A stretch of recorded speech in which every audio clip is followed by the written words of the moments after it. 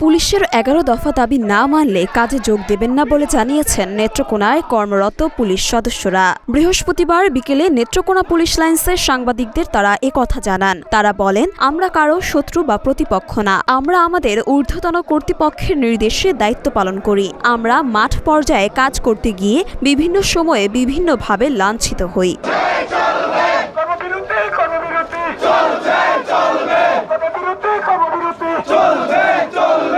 Netrokona police লাইন্সে কর্মরত police সদস্যদের পক্ষে এএসআই নাসির উদ্দিন বলেন, বর্তমান পরিস্থিতিতে ডিউটি করতে গিয়ে আমাদের দেয়ালে পিঠ ঠেকে গেছে, যার কারণে আমরা কর্মবিরতিতে যেতে বাধ্য হয়েছি।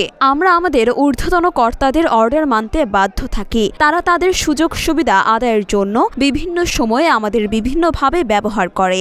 বৈষম্য বিরোধী ছাত্র আন্দোলনের প্রেক্ষিতে বাংলাদেশে সংগঠিত যে সমস্ত ভাইয়েরা, ছাত্র জনতা এবং বিশেষ করে আমাদের যারা পুলিশ ভাইয়েরা হত্যার শিকার হয়েছেন, যারা শহীদ হয়েছেন, আমি সর্বপ্রথমেই এই শহীদ পরিবারের সবাইকে শোকসন্তপ্ত পরিবারের প্রতি কৃতজ্ঞতা এবং শোক জ্ঞাপন করছি। দ্বিতীয়ত হচ্ছে, আপনারা জানেন যে পুরো বাংলাদেশে যেভাবে পুলিশকে রাস্তায়, নিরীহ নির্যাতিত নিপীড়িত পুলিশদেরকে যেভাবে রাস্তায় গণপিটুনি দিয়ে হত্যা করা হয়েছে, তারই ফলশ্রুতিতে আমরা কর্মবিরতি ঘোষণা করেছি।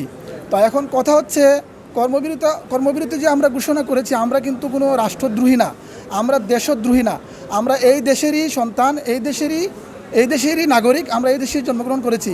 আমরা কখনো ছাত্র জনতার বিরুদ্ধে নই, কিন্তু কিছু অসাধু কুচক্রী পুলিশ অফিসার, কুচক্রী মহল, যারা অসাধুভাবে নিজেদের অবস্থান ধরে রাখার জন্য তারা আমাদেরকে বিভিন্ন সময় বিভিন্নভাবে ব্যবহার করেছে, ঠিক আছে। কিন্তু আপনারা দেখছেন পুরো বাংলাদেশের পুলিশ সদস্যরা কিন্তু গুলি করে নাই। বিশেষ করে আমাদের নেত্রকোনাতে ওইরকম কোনো অরাজকতা সৃষ্টি হয় নাই, আমরা শান্তশিষ্টভাবেই ছিলাম, ঠিক আছে। তো এখন কথা হচ্ছে, আমরা কর্মবিরতিটা কেন নিয়েছি? আমাদের দেয়ালে পিঠ ঠেকে গেছে। আমরা এখন যে সমস্ত পুলিশ ভাইদের হারিয়েছি, বিশেষ করে কেন্দ্রীয় রাজারবাগ পুলিশ লাইন্স থেকে যারা ডিউটিতে গেছিলেন, এই সমস্ত ভাইয়েরা তারা স্বচক্ষে দেখেছেন যে কীভাবে আমাদের পুলিশ ভাইদেরকে পিটিয়ে হত্যা করা হয়েছে, আগুন দিয়ে বিশেষ থানা এবং অসংখ্য অগণিত থানা পুলিশের স্থাপনা ভাঙচুর করা হয়েছে এবং আগুন দিয়ে পুড়িয়ে হত্যা করা হয়েছে আমাদের পুলিশ ভাইদেরকে। রাজারবাগ পুলিশ লাইন্সে যারা সমন্বয়ক আছেন, আমরা তাদের সাথে আছি। ওখান থেকে আমাদের সমন্বয়ক ভাইয়েরা যে সিদ্ধান্ত নেবেন, আমরা সেই সিদ্ধান্তের সাথে সহমত পোষণ করে একসাথে আছি।